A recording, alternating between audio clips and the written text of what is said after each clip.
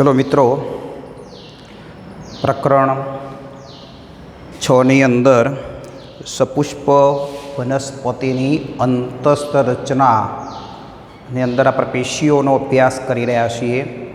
एमां वर्धनशील पेशीनो अभ्यास आपणे कर्यो। प्राथमिक वर्धनशील पेशी, द्वितीय अथवा पार्श्वीय वर्धनशील पेशी। हवे जोईए अवर्धमान स्थायी पेशीओनी वात करीए। कोनी वात करीशुं? स्थायी पेशीनी वात करीशुं।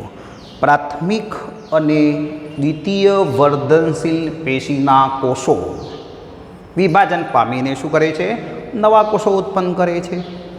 तो प्राथमिक के द्वितीय वर्धनशील पेशीना कोषो विभाजन पामी समविभाजनमां 1 मांथी 2, 2 मांथी 4, 4 मांथी 8, 8 मांथी 16 नवा कोषो उत्पन्न करे छे।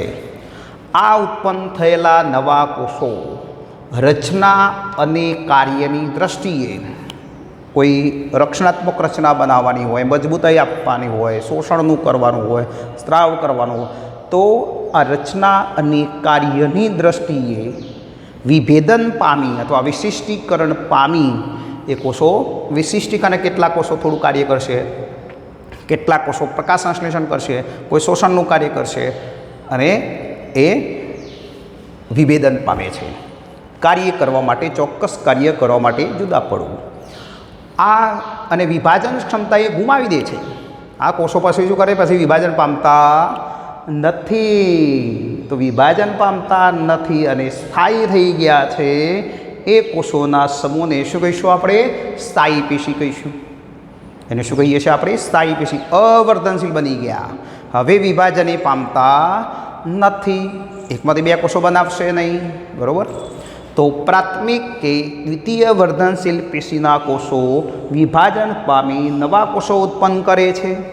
ए नवा उत्पन्न थयेला कोषो चोक्कस कार्य के रचनानी दृष्टिए करवा माटे शुं थाय छे? विभेदन पामे छे। तो रचना अने कार्यनी दृष्टिए ए विभेदन पामी कोषोनो समूह बनावे छे।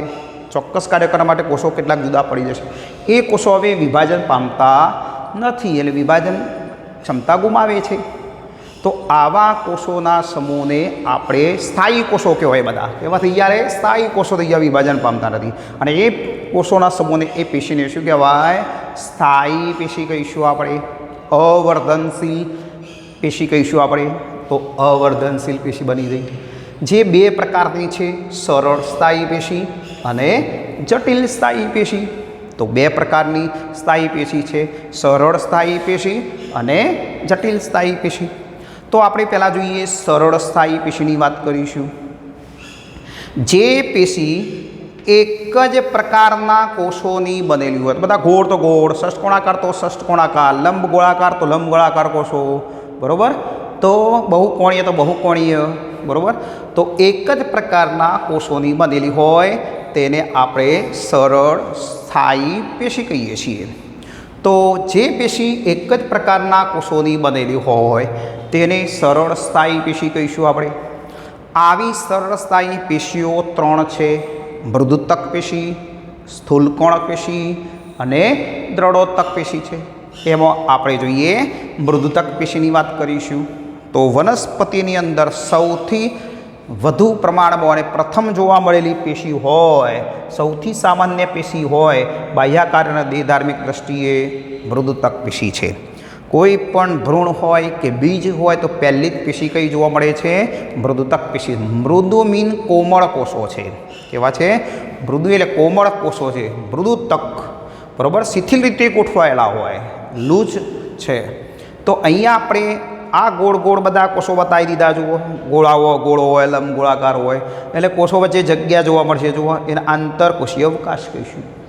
કેટલાક કોષો એવા હોય બહુકોણીય આકારે હોય તો પાસે ગોઠવાયેલા છે, એટલે વચ્ચે અવકાશ જોવા મળતો નથી, એટલે આંતરકોષીય અવકાશવિહીન છે, બરાબર? તો આ કોષોની અંદર કોષ કેન્દ્ર, કોષરસ એટલે કે જીવરસ આવેલો છે। કોષ દિવાલ સેલ્યુલોઝની બનેલી છે, બરાબર? આ બધા લક્ષણો જોવાના છીએ આપણે। આ મૃદુતક પેશી છે। હવે આ મૃદુતક પેશીની અંદર પહેલાં આપણે સ્થાનની વાત કરીએ કે ક્યાં જોવા મળે, બરાબર? તો મોટા ભાગની વનસ્પતિના બધા જ ભાગો વનસ્પતિના બધા જ ભાગોમાં તો એ મૂળ છે, પ્રકાંડ, પર્ણ, પુષ્પ, ફળ, બીજ બધા જ ભાગોમાં જોવા મળે છે. તો વનસ્પતિના બધા જ ભાગોમાં જોવા મળી એટલે મોટા ભાગે કેવી કહેવાય? સૌથી સામાન્ય પેશી છે. બરાબર? કઈ? મૃદુતક પેશી. તો લક્ષણો જોઈએ. કોષો જીવંત અને જીવરસસભર છે. જીવંત છે, જીવરસ ધરાવે છે. કોષ કેન્દ્ર કોષરસ છે એટલે જીવરસસભર છે. બરાબર?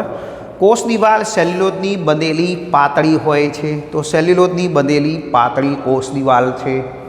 કોષો વચ્ચે ઓછામાં ઓછા વિભેદિત કોષો જ્યારે ઓછામાં ઓછા વિભેદિત પામેલા હોય. મૃદુતક કોષો જોવા મળશે વિભેદિત ઓછા પામેલા હોય છે.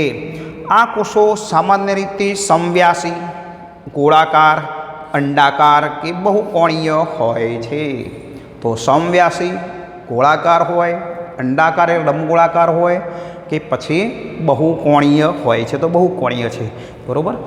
ચલો બીજો નંબર જોઈએ. કોષો વચ્ચે આંતરકોષીય કોષો ગાઢ રીતે જો ગોઠવાયેલા હોય તો આંતરકોષીય અવકાશ જોવા મળશે નહીં. ગાઢ રીતે સંકળાયેલા છે જુઓ.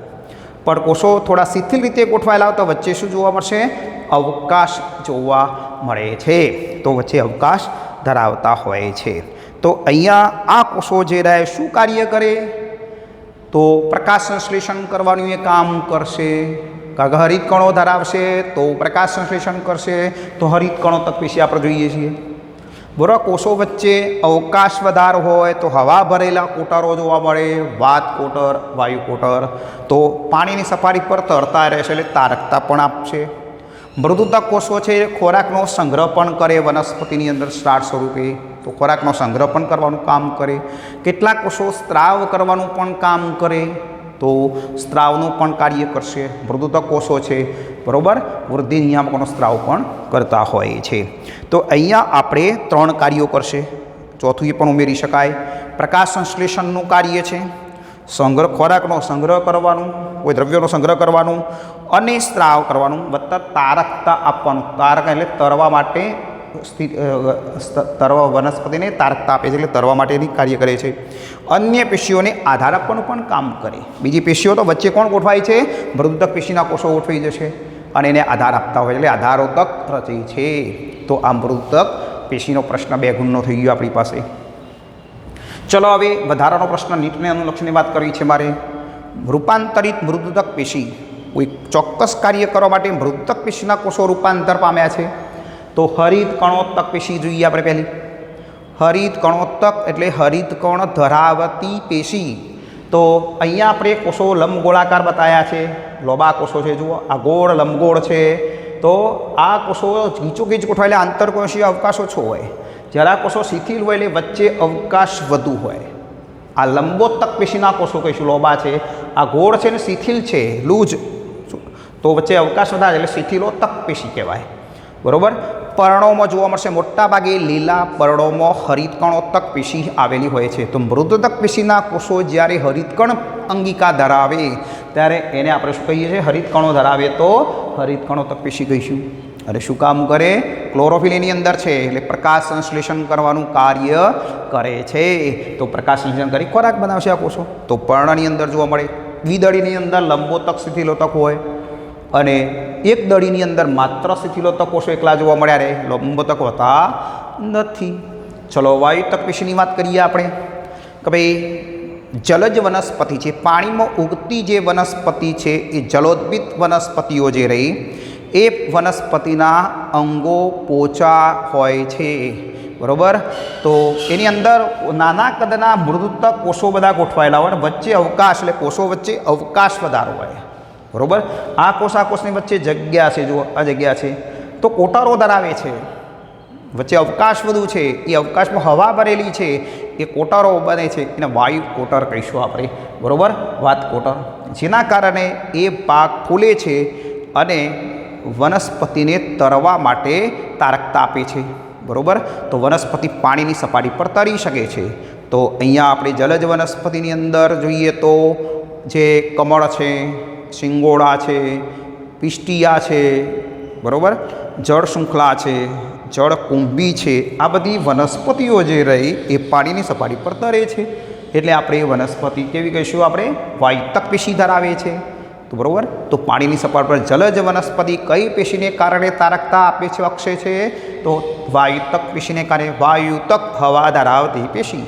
બરાબર, તો જલજ વનસ્પતિમાં જોવા મળશે. કોષો નાના કદના હોય, કોષોની વચ્ચે અવકાશદાર હોય, એમાં હવા ભરેલી હોય એટલે વાયુ કોટરની રચના થાય. એટલે પાણી હવા ભરેલી હોય એટલે ટાયરમાં હવા ભરી તો શું થાય? પાણીમાં મૂકીએ તો તરે છે. ફુગ્ગો હવા ભરીએ તો શું થાય છે? તરે છે. તો આ હવા ભરેલા ભાગો પાણીની સપાટી પર તરે છે. તો આ વાયુતક પેશીની આપણે વાત કરીએ. બરોદોતક પેશીની અંદર આટલી વાત કરીશું. હવે સ્થૂલ કોણક પેશીની અને દ્રઢોદક પેશીની વાત કરીશું.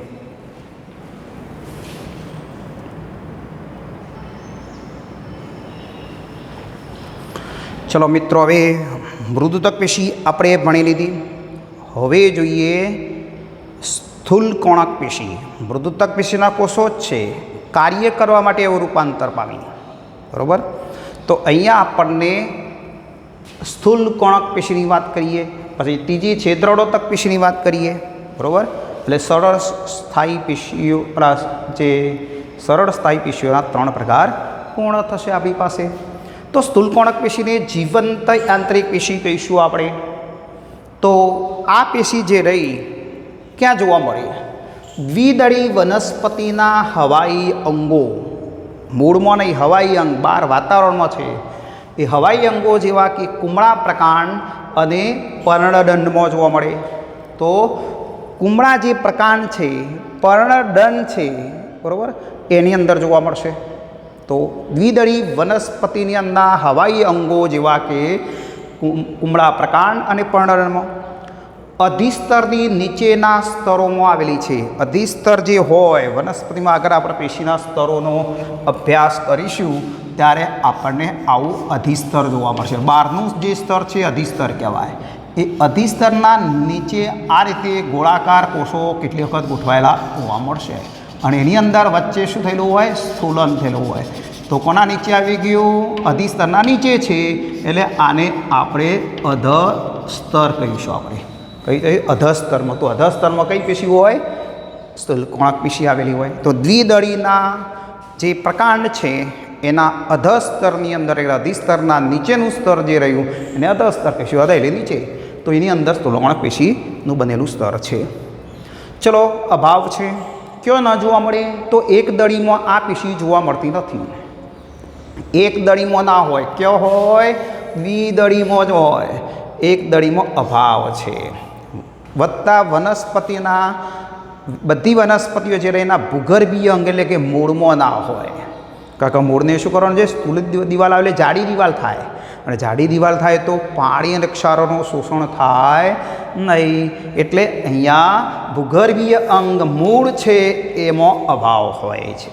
બરાબર, તો એની અંદર જોવા મળતી નથી આ પેશી. લક્ષણો જોઈએ આપણે કે ભાઈ આ પેશી એક સરખા સ્તરો, જ્વાર તે એક સરખા સ્તરો હોય કે ટુકડાઓમાં જોવા મળે. થોડો ભાગ અહીંયા જોવા મળે, થોડો બીજા ક્યાંક જોવા મળે. એટલે ટુકડાઓમાં જોવા મળે છે. બરાબર, કોષો જીવંત હોય. કારણ કે કોષોની અંદર કોષ કેન્દ્ર, કોષરસ બતાવેલો છે એટલે જીવરસ છે. એટલે કોષ કેવું કહેવાય? જીવંત હોય છે. બરાબર, આવું કોષ દિવાલ પાતળી સેલ્યુલોઝની બનેલી હોય. એ સેલ્યુલોઝની દિવાલ ઉપર કોનો? Cellulose, hemicellulose, pectin. Hemicellulose, pectin જેવા પદાર્થોનું જમાવટ થાય છે. તો સેલ્યુલોઝની બનેલી આખી દિવાલ તો હોય, પણ જો ખૂણા પડે છે, ખૂણાના ભાગની અંદર ખૂણો પડે છે, બે પાસેના કોષો ભેગા તો ત્યાં ખૂણો રચાયેલો છે. જોવા રહ્યો, આ ખૂણો છે આખો, આ ખૂણો પડે છે. બરાબર, તો ખૂણાના ભાગની અંદર સેલ્યુલોઝ, હેમિસેલ્યુલોઝ, પેક્ટિન જેવા પદાર્થોની જમાવટ થવાથી એ ભાગ જાડો દિવાલવાળો બને છે, ખૂણો. તો સ્થૂલન ક્યાં થયું? ખૂણાના ભાગમાં થયું. તો સ્થૂલન ક્યાં થયું? ખૂણાના ભાગમાં થયું. જુઓ, તો એટલે આ પેશીનું નામ આપ્યું સ્થૂલ કોણક. ખૂણાના ભાગમાં સ્થૂલન થયું એટલે આ પેશીનું નામ શું આપી દીધું? સ્થૂલ કોણક પેશી કહીએ છીએ. બરાબર, કોષો કેવા છે? અંડાકાર હોય, બરાબર, અંડાકાર રીતે ગોઠવાયેલા હોય, ગોળાકાર હોય, બહુકોણીય રીતે પણ ગોઠવાયેલા હોય, કેટલાકમાં બહુકોણીય રીતે ગોઠવાયેલા હોય છે, બરાબર.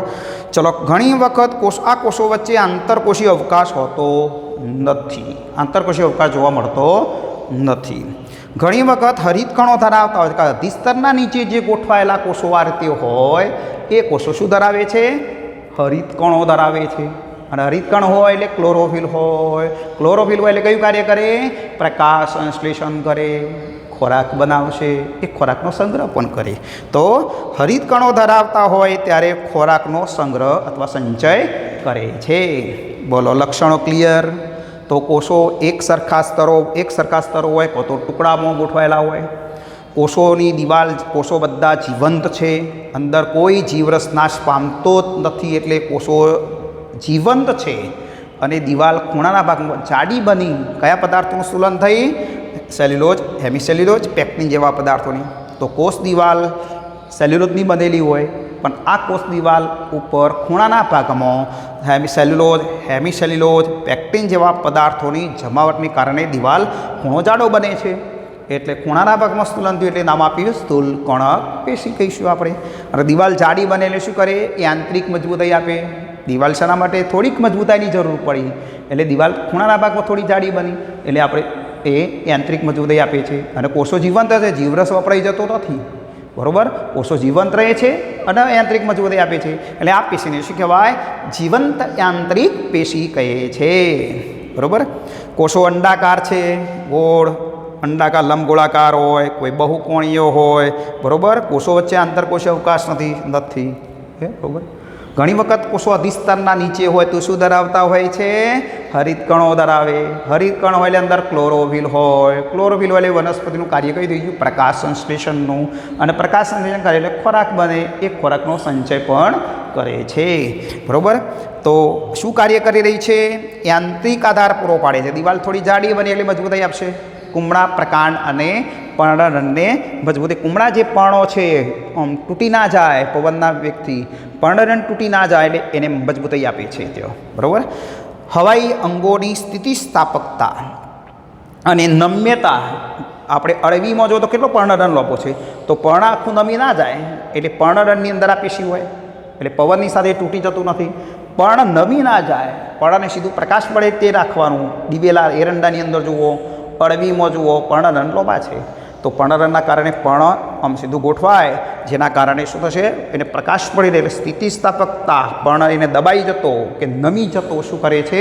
અટકાવે છે. ઓકે, તો આ સ્થૂલકણક પેશી થઈ, જીવંત યાંત્રિક પેશી થઈ. ત્રીજો પ્રકાર છે દ્રઢોતક પેશીની વાત કરીએ આપણે.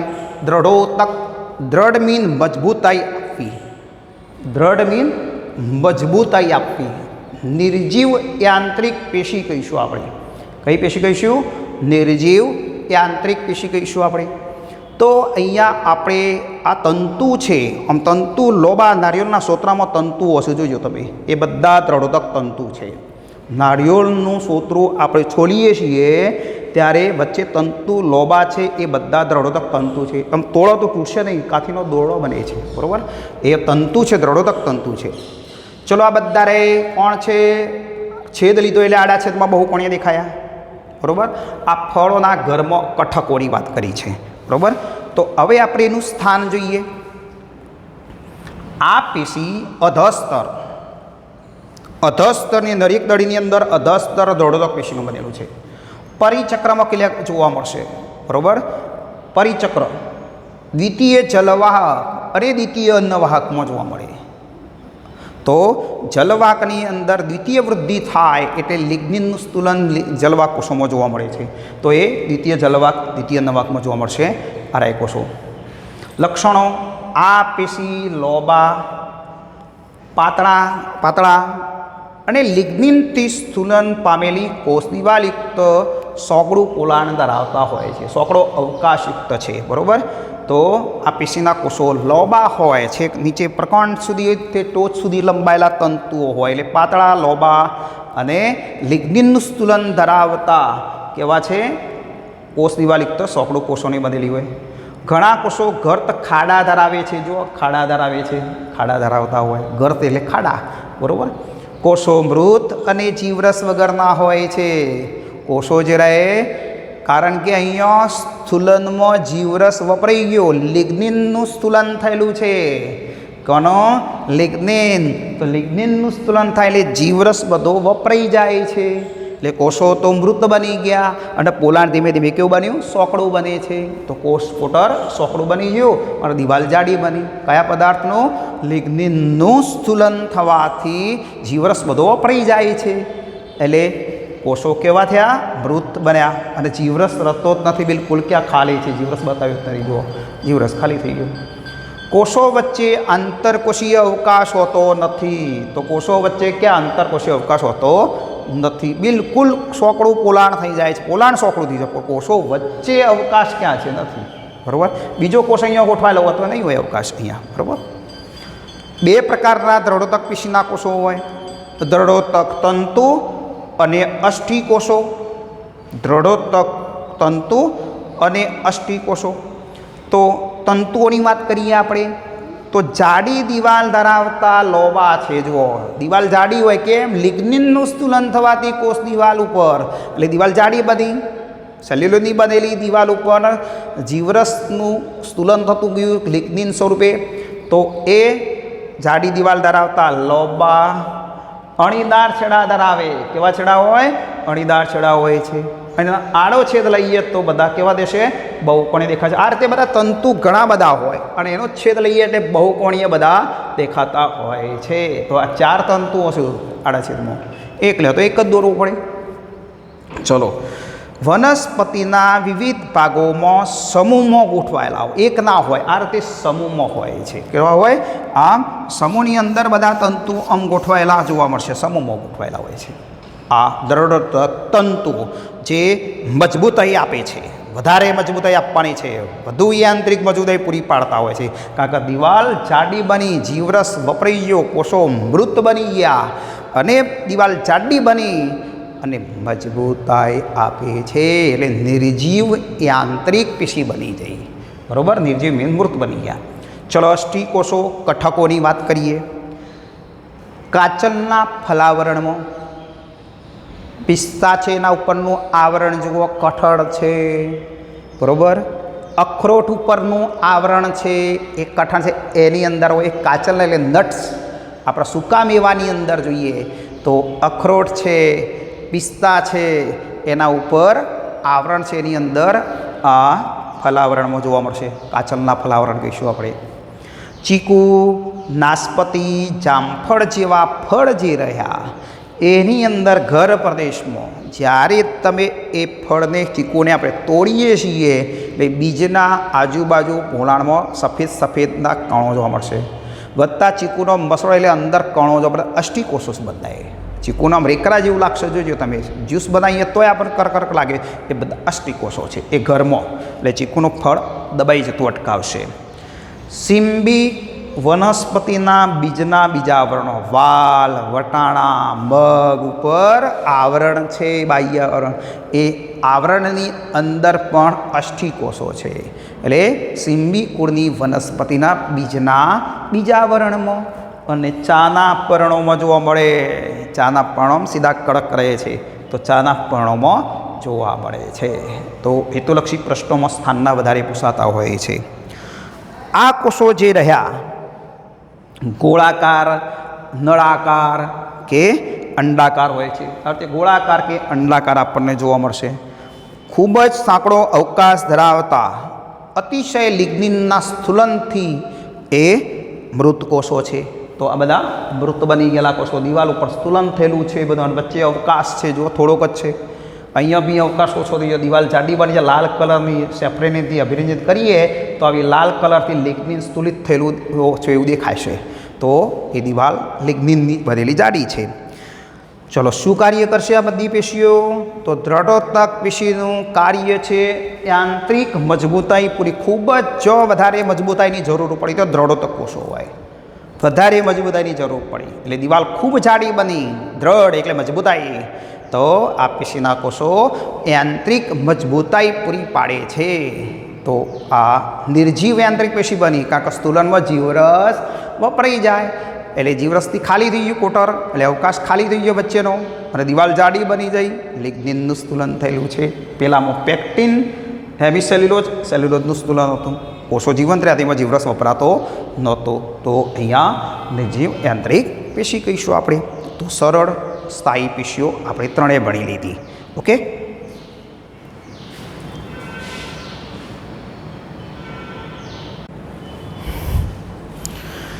ચલો મિત્રો, પ્રકરણ 6 સપુષ્પ વનસ્પતિની અંતસ્થ રચનાનો અભ્યાસ કરતા હતા આપણે.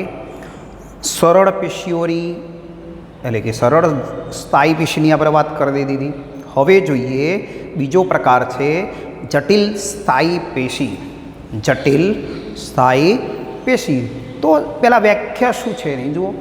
જે પેશી એક કરતાં વધુ પ્રકારના કોષોની બનેલી હોય, મૃદુત્વકાય હોય, સ્થૂલકોણક હોય, દ્રઢોતક હોય, તંતુઓ હોય, આ બધા વિવિધ પ્રકારના કોષો હોય. એક જ પ્રકાર હોય તો સરળ પેશી કહેતા હતા. પણ જે પેશી એક કરતો વધુ પ્રકારના કોષોની બનેલી હોય અને બધા કોષો ભેગા મળી એક એકમ તરીકે વર્તે એ પેશીને જટિલ સ્થાયી પેશી કહીશું, વાહક પેશી કહીશું આપણે એને. બરાબર. તો અહીંયા એક કરતો વધુ પ્રકારના કોષોની બનેલી છે. તો અહીંયા આપણને વધુ સ્પષ્ટ કરે છે કયો ભાગ? એક કરતો વધુ પ્રકારના કોષોની બનેલી હોય. હવે એ જટિલ પેશીઓ જે રહી એક વાહક પેશી તરીકે પણ એને આપણે ઓળખીએ છીએ. તો એનું બીજું નામ કયું છે? વાહક પેશી પણ કહીશું આપણે. વહન કરવાનું કામ કરે છે એટલે. તો બે પ્રકારની છે, જલવાહક પેશી અને બીજો પ્રકાર આપણે અન્નવાહક પેશી જોઈશું. તો જલ મીન પાણી, બરાબર. તો પાણી અને ખનિજ ક્ષારોનું, તો જમીનમાંથી મૂળ દ્વારા શોષાયેલ પાણી અને દ્રાવ્ય ખનિજ ક્ષારોનું વહન મૂળથી પ્રકાંડની ટોચ તરફ વહન કરે છે એ પેશીને કહેવાય જલવાહક પેશી. બરાબર. તો એ જલવાહક પેશી થઈ જાય. અન્નવાહક પેશીમાં આપણે જોઈશું જે જટિલ પેશી પર્ણમો પ્રકાશ સંશ્લેષણ દ્વારા ઉત્પન્ન થયેલ ખોરાકનું મૂળ તરફ વહન કરે છે એ પેશીને આપણે વાહક પેશીને અન્નવાહક પેશી કહીશું આપણે. તો પછી જોઈએ, પહેલાં જલવાહક જોઈ લઈએ, એના ઘટકો બધા આપણે. બરાબર. તો જલવાહક પેશી જે રહી એની અંદર કયા કોષીય ઘટકો જોવા મળે? જલવાહિનીકી, બરાબર. જલવાહિનીકી છે, જલવાહિની છે, જલવાહક તંતુ, જલવાહક, 4 ઘટકો છે. બરાબર. તો હવે અહીંયા આપણે જડવાહક પેશી કોને કહેવાય? તો જે જટિલ પેશી પાણી અને દ્રાવ્ય ખનિજ ક્ષારોનું વહન વનસ્પતિના મૂળથી પ્રકાંડ અને પર્ણના ભાગો તરફ કરે છે તેને જલવાહક પેશી કહીશું આપણે. જલવાહક પેશીના ઘટકો 4 છે: જલવાહિનીકી, જલવાહિની, જલવાહક મૃદુતક અને જલવાહક તંતુ. તો અહીંયા આપણે જલવાહિનીકીના છેડાની અહીંયા વાત કરી છે જુઓ. પછી જલવાહિનીની વાત કરી, એની સાથે સંકળાયેલા ઘટકોની વાત કરીશું. બરાબર. તો અહીંયા જલવાહિનીકી જે રહી એની વાત કરીએ પહેલાં. તો ત્રિઅંગી અને અનાવૃત બીજધારી વનસ્પતિમાં નીચલી કક્ષાની ત્રિઅંગી અને અનાવૃત બીજધારી વનસ્પતિની અંદર એ જોવા મળે છે. તો જલવાહિનીકી દ્વારા પાણીનું વહન થઈ રહ્યું છે. બરાબર. તો પાયાનો ઘટક છે જલવાહિનીકી. બરાબર. તો તે સાંકડા છેડાવાળા લોબા નળાકાર કોષોની બનેલી છે. તો સોંકડા છેડા છે જુઓ બધા. બરાબર.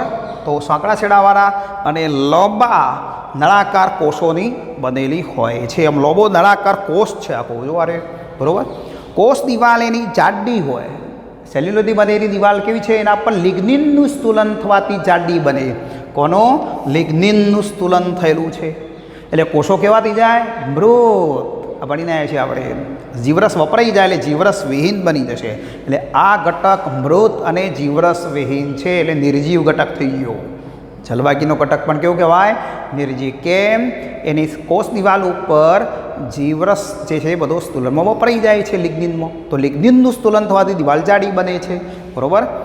ચલો, કોષ દિવાલની અંદર વલયાકાર ગર્તાકાર સ્વરૂપે સ્તુલન થયેલું હોય. આ વલયાકાર છે, આ ગર્તાકાર સ્તુલન છે, બરાબર. તો આ સ્તુલન થયેલું હોય છે. પાણીનું વહન કરતો મુખ્ય ઘટક છે. પાણીનું વહન કરતો મુખ્ય ઘટક બની જશે. ચલો, જલવાહિનીની વાત કરીએ.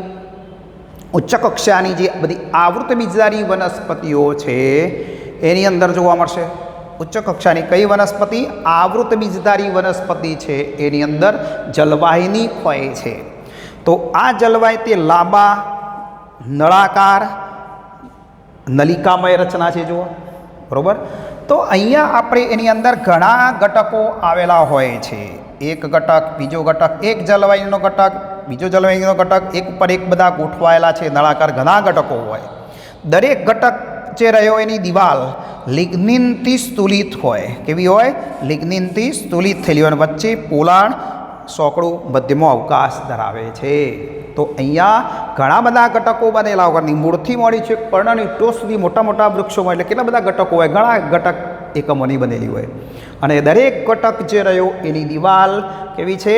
લિગ્નિનનું સ્તુલન થયેલું હોય એટલે દિવાલ જાડી બને અને મધ્યમાં સોકડું પોલાણ ધરાવે એટલે એક પોલી નળી જેવો ભાગ બની જાય, બરાબર. ચલો, કોષો જીવરસવિહીન બની ગયા. સ્તુલન થયું એટલે જીવરસવિહીન બની જવાના. જલવાહિનીના ઘટકો તેમની સામાન્ય દિવાલોમાં આવેલા છિદ્રો, આ દિવાલ જે રહી વચ્ચે એમાં છિદ્રો હોય કો તો વિઘટિત થઈ જાય એટલે એકબીજા સાથે જોડાઈ ગયા આખો ભાગ, બરાબર. એક ઘટક આખો બની જાય એટલે પોલી નળી જેવો એક આખો ભાગ બની જશે જે પાણીનું શું કરશે? વહન કરશે, બરાબર. સળંગ પોલી નળી જેવો ભાગ બનાવી દેશે જેના કારણે આખું એ એક પાઇપ જેવી રચના થઈ જશે અને વહન પાણીનું કરે છે. ચલો, હવે આ જલવાહિનીની વાત થઈ ગઈ. હવે એની સાથે બીજા બે ઘટકો છે. આના પણ લિગ્નિનનું સ્તુલન છે, નિર્જીવ ઘટક થઈ ગયો આપણી. ચલો, જલવાહક તંતુ જોઈએ. જલવાહક પેશી સાથે સંકળાયેલ દ્રઢોતક તંતુને, તો જલવાહક પેશી છે એમાં આ દ્રઢોતક તંતુ આપણે વચ્ચે દોર્યો છે, જો આવ્યો ત્રાકાકારનો. તો મૂળથી મળી જે પ્રકાંડ સુધી છે કોણ હોય? તંતુ હોય આવો, બરાબર. લોબો તંતુ છે આ વચ્ચે જુઓ, તો એને આપણે દ્રઢોતક તંતુ કહીશું. એ દ્રઢોતક તંતુ આવેલો તો જલવાહક તંતુ કહીશું આપણે એને. એ તંતુને શું કહેવાય? જલવાહક તંતુ. તો અહીંયા જલવાહક પેશી સાથે સંકળાયેલ દ્રઢોતક તંતુને જલવાહક તંતુ કહીશું. હવે બંને છેડા આપણે ભણીને આવ્યા હતા તંતુ તો, બરાબર. બહુકોણીય હોય, આડા છેદમાં જોયા હતા. તો ખૂબ જ સ્થુલિત દિવાલ હોય, કારણ કે લિગ્નિનનું સ્તુલન થયેલું હોય અને સોકડું પોલાણ ધરાવતા એ તંતુઓ છે. વચ્ચે પોલાણ કેવું હોય? સોકડું હોય છે. તો આપણે એની અંદર આ કઈ કાલે જ પેશી આપણે ભણ્યા હતા એની અંદર આવું જોવા મળ્યું હતું. તો આ દિવાલ પર લિગ્નિનનું સ્તુલન થાય એટલે દિવાલ કેવી બની જાય? જાડી બની જાય છે. તો આ અહીંયા સ્તુલિત થયેલી દિવાલ છે, વચ્ચે પોલાણ સોકડું હોય. લિગ્નિનનું સ્તુલન એટલે નિર્જીવ ઘટક બની ગયો, મજબૂતાઈ આપે. લિગ્નિનનું સ્તુલન થાય એટલે એમ જે કે દ્રઢોક્ત તંતુ હોય દિવાલ જાડી બને એટલે મજબૂતાઈ આપે કે પાણી નીચેથી ઉપર જવાનું છે. એટલે નલિકાની દિવાલ, જલવાહકની દિવાલ હતી એ બી જાડી બની, બરાબર. એટલે મજબૂતાઈ આપે. પાછા બાજુમાં દ્રઢોતક તંતુઓ ગોઠવાયા એટલે વધારે મજબૂતાઈ પૂરી પાડશે, બરાબર. ચલો, જલવાહક મૃદુતકની વાત કરીએ. જલવાહક પેશી સાથે સંકળાયેલ દ્રઢોતક કોષો, પેલા મૃદુતક કોષો છે આ બધા, જુઓ આ બધા મૃદુતક કોષો છે. અહીંયા બી મૃદુતક કોષો હોય, આ મૃદુતક કોષો છે. પાતળી દીની દિવાલ સેલ્યુલોઝની જ બનેલી હોય. અંદર કોષ કેન્દ્ર કોષરસ એટલે કે જીવરસ ધરાવે છે, બરાબર. તો અહીંયા જલવાહક પેશી સાથે સંકળાયેલ મૃદુતક કોષને જલવાહક મૃદુતક કહીશું, બરાબર. અને એ કોષો જીવંત છે. કોષો અહીંયા જીવરસ સ્તુલનમાં વપરાઈ જતો નથી, સ્તુલન થયેલું જ નથી. પાતળી દિવાલ છે સેલ્યુલોઝની બનેલી, બરાબર. તો અહીંયા પાતળી દિવાલ એક તો હોય. હવે આ કોષો જેની અંદર સ્ટાર્ચ, કોણ છે? સ્ટાર્ચ, ચરબી અને ટેનિન જેવા પદાર્થોનો સંગ્રહ થાય છે. આ આઈએમપી હેતુલક્ષી પ્રશ્ન બની ગયો આપણી પાસે. જલવાહક મૃદુતકમાં કયા પદાર્થોનો સંગ્રહ થાય છે? તો સ્ટાર્ચ, ચરબી અને ટેનિન ચિકાસવાળું દ્રવ્ય છે એ બધાનો સંગ્રહ થતો હોય છે. આ મૃદુતક કોષો જે રહ્યા એ અરીય રીતે, કે સાઈડમાં બધા કોષો છે પાઇપના બાજુમાં, તો એ કોષો જે રહ્યા એ પણ પાણીનું વહન કરે છે. તો અરીય રીતે એક વહન, પાણીનું અરીય વહન બધા શોના? મૃદુતક કોષોને આભારી છે. અને એ વહન પાણીનું પણ કરતા હોય છે। તો આ રીતે આપણી પાસે 4 ઘટકો જલવાહક પેશીના થઈ ગયા। હવે આ પ્રાથમિક જલવાહક છે આખી, આ બધી કઈ કહેવાય? પ્રાથમિક જલવાહક કહેવાય, પહેલી જ ઉત્પન્ન થયેલી છે। તો અહીંયા પ્રાથમિક જલવાહકના પાછા પ્રકાર છે, બરાબર। તો પ્રાથમિક જલવાહકના પ્રકાર આદિદારું, અનુદારું, અંતરારંભી જલવાહક, બહિરારંભી જલવાહક। તો અહીંયા આપણે વાત કરીએ કે ભાઈ જે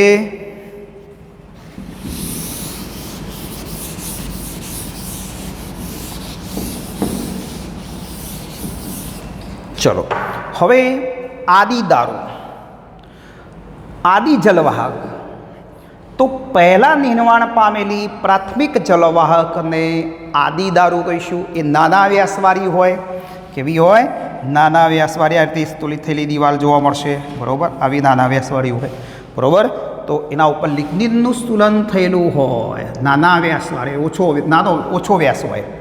તો પહેલાં નિર્માણ પામતી જે જલવાહક પેશી છે પ્રાથમિક જલવાહક, એને આપણે શું કહીએ છીએ? આદિદારું કહીશું। એનો વ્યાસ નાનો હોય છે। જ્યારે અનુદાર પછીથી નિર્માણ પામેલી પ્રાથમિક જલવાહકને અનુદારું કહેવાય। પછીથી નિર્માણ પામતી હોય તો આડાછેદમાં આવી મોટી જોવા મળશે, મોટા વ્યાસવાળી છે, એને આપણે અનુદારું કહીશું। અને અનુદારું કહેવાય આ આદિદારું છે, પ્રથમ ઉત્પન્ન થયેલી, પછીથી ઉત્પન્ન થઈ છે, એને અનુદારું કહીશું। અદાર મીન જલવાહિની। ચલો અંતરારંભી જલવાહિની વિકાસ।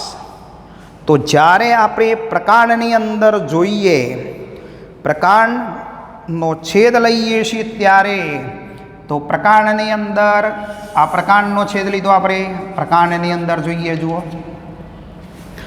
આ વચ્ચેનો કેન્દ્રનો ભાગ છે। અરે આ વચ્ચે કયો ભાગ છે? કેન્દ્રનો ભાગ છે। આ કેન્દ્ર છે, સમજી લો, બરાબર? આ કેન્દ્ર, બરાબર? તો પ્રકાંડમાં આદિદારું કેન્દ્ર તરફ હોય। આદિદારું એટલે નાના વ્યાસવાળી છે, નાના વ્યાસવાળી છે, નાના વ્યાસવાળી છે, બરાબર? અને અનુદારું જે રહી એ ધીમે ધીમે પાછળ વિકાસ પામતી થશે, એટલે મોટા વ્યાસવાળી જોવા મળશે, બહુ મોટા વ્યાસવાળી છે, બરાબર? આ રીતે ગોઠવાયેલી છે, જોજો તમે, બરાબર? તો પ્રકાંડની અંદર જે કેન્દ્ર છે એ કેન્દ્ર તરફ, પ્રકાંડમાં અંદર તરફ આદિદારું અને અનુદારું જે રહી આ પરિઘ તરફનો ભાગ છે। આ કયો ભાગ છે? પરિઘ તરફનો ભાગ છે, બહારનો ભાગ છે। તો ત્યાં કોણ આવી ગયું? અનુદારું। તો અંદર તરફ આદિદારું અને બહારની તરફ અનુદારું ગોઠવાયેલા હોય તો આવા વિકાસને શું કહેવાય? અંતરારંભ જલવાહિની। અંત વત્તા આરંભ, અંદરથી શરૂઆત થઈ, પહેલી નાની, એનાથી મોટી, એનાથી મોટી, મોટી બહાર આવી દેજો, મોટા વ્યાસવાળી બહાર આવી દેજો, વ્યાસ મોટો થતો જો। તો અંદર નાના વ્યાસવાળી, બહાર મોટા વ્યાસવાળી। શરૂઆત અહીંથી થઈ, બરાબર? આ શરૂઆત ક્યાંથી થઈ? અહીંથી થઈ બહાર તરફ, અંદરથી શરૂઆત થઈ, એટલે અંતરારંભ જલવાહિની। તો પ્રકાંડમાં જોવા મળે આવા વાયુકુળો, બરાબર? ચલો બીજો નંબર છે આપણી પાસે, બીજો પ્રકાર આપ્યો છે બહિરારંભ જલવાહિની વિકાસ। તો મૂળની અંદર જોવા મળે, ક્યાં જોવા મળે? મૂળની અંદર આપણે જોઈએ, અહીંયા આ કેન્દ્રનો ભાગ છે, સમજી લો, બરાબર? તો અહીંયા શું કહે છે કે આદિદારું બહારની તરફ હોય, આદિદારું બહારની તરફ। ચલો આદિદારું છે, એનાથી મોટી, એનાથી મોટી, એનાથી મોટી અંદર તરફ છે, બરાબર? તો અહીંયા આપણને એક નાની, એનાથી મોટી, એનાથી મોટી, એનાથી મોટી, બરાબર? જુઓ વિકાસ કઈ તરફ થયો? અંદર તરફ થયો। બહારથી શરૂ થયો અને અંદર તરફ ગયો। શરૂઆત ક્યાંથી થઈ? બહારથી થઈ, એટલે બહિરારંભ। તો મૂળમાં આદિદારું પરિઘ તરફ એટલે બહારની તરફ અને અનુદારું કેન્દ્ર એટલે અંદરની તરફ આવેલ હોય તો આવા વિકાસને શું કહેવાય? બહારથી શરૂ થયો એટલે બહિરારંભ જલવાહિની વિકાસ કહીશું। તો મૂળમાં બધા જલવાહક પેશીનો વિકાસ કયા પ્રકારનો હોય? બહિરારંભ હોય છે। પ્રકોણમાં કયા પ્રકારનો હોય? અંતરારંભ જલવાહિની વિકાસ હોય જોવા મળે છે। તો જલવાહક પેશીની વાત થઈ, બરાબર? ચલો હવે જોઈશું આપણે અન્નવાહક પેશી। ચલો બીજો પ્રકાર આપણે જોઈએ, અન્નવાહક પેશી। પર્ણોમાં પ્રકાશ સંશ્લેષણની ક્રિયા દ્વારા ઉત્પન્ન થયેલ કાર્બનિક ખોરાકનું મૂળ તરફ વહન કરતી પેશીને આપણે અન્નવાહક પેશી કહે છે. તો અહીંયા આપણે વ્યાખ્યા જોઈશું. પર્ણોથી વનસ્પતિના અન્ય ભાગો, શાખાઓ હોય, મૂળ હોય, બરાબર, એ ભાગો તરફ ખોરાકનું વહન કરતી જટિલ પેશીને અન્નવાહક પેશી કહે છે. તો પર્ણોમાં પ્રકાશ સંશ્લેષણથી ખોરાક જે ઉત્પન્ન થાય છે, કાર્બનિક ખોરાક, ગ્લુકોઝ, સ્ટાર્ચ, એ બધાનું શું થાય છે, ત્યાંથી વનસ્પતિના અન્ય ભાગો, કોઈ શાખા થતી હોય, નીચે મૂળ તરફ વહન કરતી જટિલ પેશીને આપણે શું કહીએ છીએ, અન્નવાહક પેશી કહે છે. તો અહીંયા આપણે અન્નવાહક પેશીના કોષીય ઘટકો કયા છે એની વાત કરીએ. આ ઉચ્ચ કક્ષાની વનસ્પતિ છે, એની અંદર અન્નવાહક પેશીનો છેદ બતાવ્યો છે આપણે, બરાબર. તો અન્નવાહક પેશીના ઘટકોમાં એક ચાલની કોષ અથવા આલ્બ્યુમિન કોષો, ચાલની નલિકા અને સાથી કોષ, અન્નવાહક મૃદુતક અને અન્નવાહક તંતુ. તો પહેલાં આપણે વાત કરીએ ચાલની કોષ અથવા આલ્બ્યુમિન કોષો સમો હોય, કોષો ગોઠવાયેલા હોય એટલે પરોક્ષ વહન થાય. પ્રસરણથી એક કોષમાંથી બીજા કોષમાં ઘટકોનું વહન થઈ જાય. તો અનાવૃત બીજધારી વનસ્પતિમાં આલ્બ્યુમિન કોષો અને ચાલની કોષો ધરાવે છે. તો એમાં ચાલની નલિકાને એમાં સાથી કોષ હોય નહીં, અભાવ છે. તો અહીંયા કઈ વનસ્પતિ, અનાવૃત બીજધારી વનસ્પતિ જે છે એમાં ચાલની કોષો આવેલા હોય, કોષો હોય અને એક કોષમાંથી બીજા કોષમાં પરોક્ષ રીતે ખોરાકનું શું થાય છે, પ્રસરણ દ્વારા વહન થાય છે. એમાં ચાલની નલિકા જેવી રચના હોતી નથી કે સાથી કોષ હોતા નથી. ચલો ચાલની નલિકા જોઈએ. ઉચ્ચ કક્ષાની બધી આવૃત બીજધારી વનસ્પતિમાં, કઈ આવૃત બીજધારી વનસ્પતિમાં ની અન્નવાહક પેશીની અંદર ચાલની નલિકા, સાથી કોષ, અન્નવાહક મૃદુતક અને અન્નવાહક તંતુની બનેલી હોય છે. તો આ ચાર ઘટકો જે છે આ આવૃત બીજધારી વનસ્પતિમાં જોવા મળશે આપણને, બરાબર. તો ચાલની નલિકા જોઈએ તો તે લાંબા નલિકામય કેવી છે, લોબી છે, જુઓ નલિકામય છે, પાછી બીજી નલિકા અહીંયા હશે. તો ચાલની કોષો એક ઉપર એક બધા ગોઠવાયેલા છે. અહીંયા એક ચાલની કોષ, બીજો ચાલની કોષ, ત્રીજો ચાલની કોષ, વચ્ચે દિવાલ છે, ચાલની પટ્ટી કહેવાય, એ છિદ્રાળું બની જાય. તો અહીંયા કોષો લોબા, નલિકામય, આયામધારી રીતે ગોઠવાયેલા અને સાથી કોષો સાથે, દરેક નલિકા સાથે સાથી કોષ સંકળાયેલો છે. ચલો કોષોની અંતિમ દિવાલ જે રહી, આ કોષ છે ચાલની કોષ, એની અંતિમ દિવાલ, આ અંતિમ દિવાલ, બરાબર, છિદ્રાળું રહી છે. ચારણીમાં જેમ છિદ્રો હોય, જેમ ચારણીમાં છિદ્રો છે એવી રીતે છિદ્રો ધરાવે છે. ચાલની છિદ્ર ધરાવતી ચાલની પટ્ટી, કોનો, ચાલની પટ્ટિકાનું નિર્માણ કરે છે. તો ચાલની પટ્ટિકાનું નિર્માણ કરશે. આ ચાલની પટ્ટિકાથી જે આખી એમાં છિદ્રો છે બધા, ચાલની છિદ્રો કહીશું, ઉપર છિદ્રો હોય, આ નલિકા છે, બરાબર. પુખ્ત ચાલની નલિકા જે રહી એ કોષ રસ ધરાવે છે. કોષ રસ અને મોટી રસધાનીઓ એની અંદર આવેલી હોય. અંદર શું હોય, મોટી રસધાની હોય, બરાબર. પરંતુ એમાં કોષ કેન્દ્ર હોતું નથી. તો પુખ્ત ચાલની નલિકામાં માત્ર શું આવેલું હોય, કોષ રસ આવેલો હોય, એમાં કોષ કેન્દ્ર હોતું નથી, એ બરાબર. ચલો તો આ ચાલની નલિકાની વાત થઈ. એક ઉપર એક ગોઠવાયેલી નલિકામય રચના બની જઈ, વચ્ચે વચ્ચે દિવાલો આવી છેડા ઉપર, એને ચાલની પટ્ટિકા, ચાલની પટ્ટિકા છિદ્રો ધરાવે, એ છિદ્રને ચાલની છિદ્ર કહીશું આપણે, બરાબર. તો હવે જોઈએ સાથી કોષ. વિશિષ્ટીકરણ પામેલ, આવો મૃદુતક કોષ પર વિશિષ્ટીકરણ પામેલ મૃદુતક કોષો છે. અને એ કોષો જે રહે કોષ કેન્દ્ર યુક્ત છે, દરેકમાં કોષ કેન્દ્ર છે, જોવા રહ્યું, બરાબર. ચલો હવે આ ચાલની નલિકાના ઘટકો સાથે, આ ચાલની નલિકા તો એની સાથે ગાઢ રીતે સંકળાયેલા છે પાર્શ્વ બાજુ પર. આ ચાલની નલિકા એના પાર્શ્વ ઉપર હશે, ઉપર ચાલની નલિકા એની બાજુમાં હશે. તો દરેક ચાલની નલિકા સાથે ગાઢ રીતે આ સાથી કોષ સંકળાયેલ છે અને ગર્તી ક્ષેત્રો વડે એકબીજા સાથે સંપર્કમાં હોય. આ ગર્ત ખાડા પડે છે દિવાલનું, એના દ્વારા એ સંપર્કમાં હોય છે. ચાલની નલિકાઓમાં દબાણ ઢોળણ જાળવવામાં મદદ કરે છે. ચાલની નલિકાની અંદર દબાણ કરવાનું છે એ આ સાથી કોષો દ્વારા એ દબાણનો ઢોળાંશ રચાય છે, દ્રવ્યો ઠલવાય છે, એટલે અહીંયા દબાણ વધશે, વધારે દબાણથી ઓછા દબાણ તરફ એનું બંધ થશે, બરાબર. અને તેના કાર્યો, ચાલની નલિકાના કાર્યોનું નિયમન પણ કોણ કરે છે? આ સાથી કોષ કરે છે. તો ચાલની નલિકા સાથે સાથી કોષ સંકળાયેલ છે અથવા જોડાયેલ છે. વૈજ્ઞાનિક સમજૂતી આપો, બરાબર. તો ચાલની નલિકાની અંદર માત્ર કોષરસ છે, કોષ કેન્દ્ર નથી. એટલે કાર્યોનું નિયમન કોણ કરે? એટલે નિયમન કરવા માટે કોની જરૂર પડી? પાર્શ્વ બાજુ પર વિશિષ્ટીકરણ પામેલ મૃદુતક કોષો આવેલા છે, એને સાથી કોષ કહેવાય, જે કોષ કેન્દ્ર અને કોષરસ ધરાવે છે. ચાલની નલિકામાં દબાણનો ઢોળાંશ જાળવે છે, આ વહન કરવા માટે ખોરાકનું ઘટકનું, અને વત્તા શું કરે છે? એના કાર્યોનું નિયમન પણ કરે છે. આ ચાલની નલિકાની વાત થઈ. ચલો બીજી વાત કરીએ આપણે. અન્નવાહક મૃદુતક છે ત્રીજો ઘટક. આમાં ક્યાંય લિગ્નિનનું સ્થૂલન નથી, આમાં બી નથી. હવે ત્રીજો ઘટક જોઈએ, અન્નવાહક મૃદુતક. અન્નવાહક પેશી સાથે સંકળાયેલ મૃદુતક કોષો છે. અરે તો અન્નવાહક પેશી સાથે આ બાજુ બી હોય, એવું નહીં કે આ બાજુ એકલા જ હોય, આ બાજુ પણ હોય. તો ચાલની નલિકા સાથે અથવા અન્નવાહક પેશી સાથે સંકળાયેલ મૃદુતક કોષોને આપણે શું કહીએ છીએ? અન્નવાહક મૃદુતક કહીશું. એ પણ લોબા હોય, કાકા નલિકા લોબી, તો એ બી લોબા છે, નલિકામય છે, જુઓ, બરાબર. અણીદાર છેડા ધરાવતા હોય, તો એ છેડા સોકડા હોય. છેડા કેવા હોય? આમ સોકડા હોય રહે. ચલો, ઘટ્ટ કોષરસ અને કોષ કેન્દ્ર ધરાવે છે.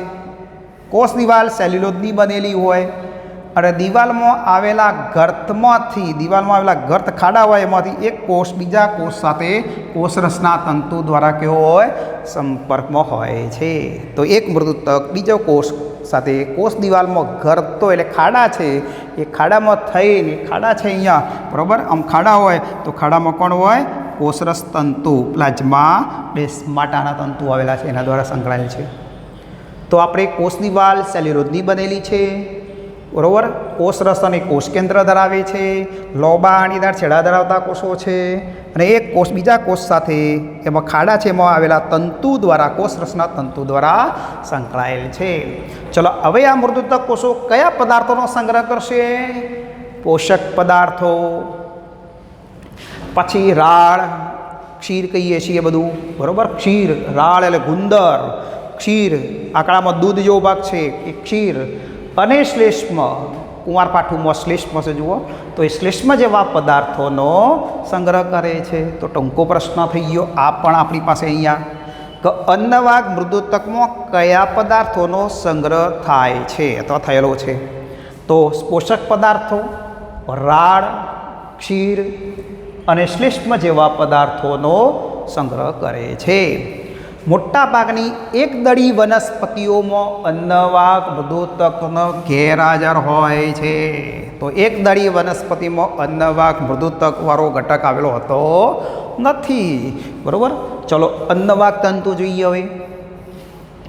અન્નવાહક પેશી સાથે સંકળાયેલ દ્રઢોતક તંતુને, અન્નવાહક પેશી સાથે સંકળાયેલા દ્રઢોતક તંતુઓને અન્નવાહક તંતુ કહીશું. તો અન્નવાહક પેશી સાથે સંકળાયેલ દ્રઢોતક કોષો છે, દ્રઢોતક તંતુ છે, અરે લોબો જો, તો એને આપણે અન્નવાહક તંતુ કહીશું. એ દ્રઢોતક કોષોના બનેલા છે. આપણે ષષ્ઠકોણાકાર કોષો જોયા હતા, બરાબર. જાડી દિવાલવાળા હોય, કે લિગ્નિનનું સ્થૂલન છે એના ઉપર. લોબા અશાખિત અને અણીદાર છેડા ધરાવે છે. તો લોબા છે અને અણીદાર છેડા છે, જુઓ રે, બરાબર, બે છેડે અણીદાર છે, લોબા કોષો છે. પુખ્ત અવસ્થાએ એ જીવરસ ગુમાવીને મૃત બને. કેમ? કારણ કે લિગ્નિનનું સ્થૂલનમાં જીવરસ વપરાઈ જાય, એટલે કોષો કેવા બની જાય? મૃત બની જશે. અરે બરાબર, લિગ્નિનનું સ્થૂલન છે એટલે. પ્રાથમિક અન્નવાહકમાં ગેરહાજર હોય. પ્રાથમિક અન્નવાહકમાં દ્રઢોતક તંતુ આવેલા હોતા નથી, પરંતુ દ્વિતીય અન્નવાહક, જ્યારે દ્વિતીય વૃદ્ધિ થાય ત્યારે એ દ્વિતીય અન્નવાહકનું નિર્માણ થાય છે, એ વખતે તંતુ જોવા મળે. તો પ્રાથમિક અન્નવાહકમાં ગેરહાજર હોય, પરંતુ દ્વિતીય અન્નવાહકમાં એ જોવા મળે. પહેલી અન્નવાહક ઉત્પન્ન થવા નહીં હોતા, પણ જ્યારે ફરીથી અન્નવાહકનું નિર્માણ થાય, દ્વિતીય વૃદ્ધિ થાય, ત્યારે એ વખતે એ જોવા મળે છે. શણ, નાળિયેરનો સ્ત્રોતમાં જોઈએ છીએ આપણે, પછી અળસી, ભોંગના અનવાક તંતુ વ્યવસાયિક રીતે ઉપયોગી છે. તો નાળિયેરના સૂત્રો આપણે ફોલીએ છીએ એટલે અંદર જોઈએ તંતુ છે ને બીજા પોચો ભાગ હોય છે નાળિયેરના સૂત્રમાં. એ પોચો છે મૃદ કોષો છે અને તંતુ છે એ અન્નવાક તંતુ છે. એ તંતુ તમે બધા કાઢી લો કે હમણાં તો દોરડું બનશે, કાથીનો દોરડો, પગલૂછણીઓ બનાવીએ છીએ, બરાબર, શણમાંથી સૂત્રી બને છે, બરાબર. આ બધું વ્યવસાયિક એ વેચાણ થાય છે બધી સૂત્રી અને દોરડો, પગલૂછણીઓ બધું, બરાબર, દોરડો બનાવવા માટેનો ઉપયોગ કરવામાં આવતો હોય છે. તો આ રીતે અન્નવાક મૃદુતકના કોષો તંતુ આપણને વ્યવસાયિક રીતે ઉપયોગી બન્યા છે. અહીંયા આ ઘટક એકલો જ નિર્જીવ છે. આ ઘટક એટલો જ નિર્જીવ કે અહીંયા જીવરસ ગુમાવીને મૃત બની ગયેલા છે કોષો.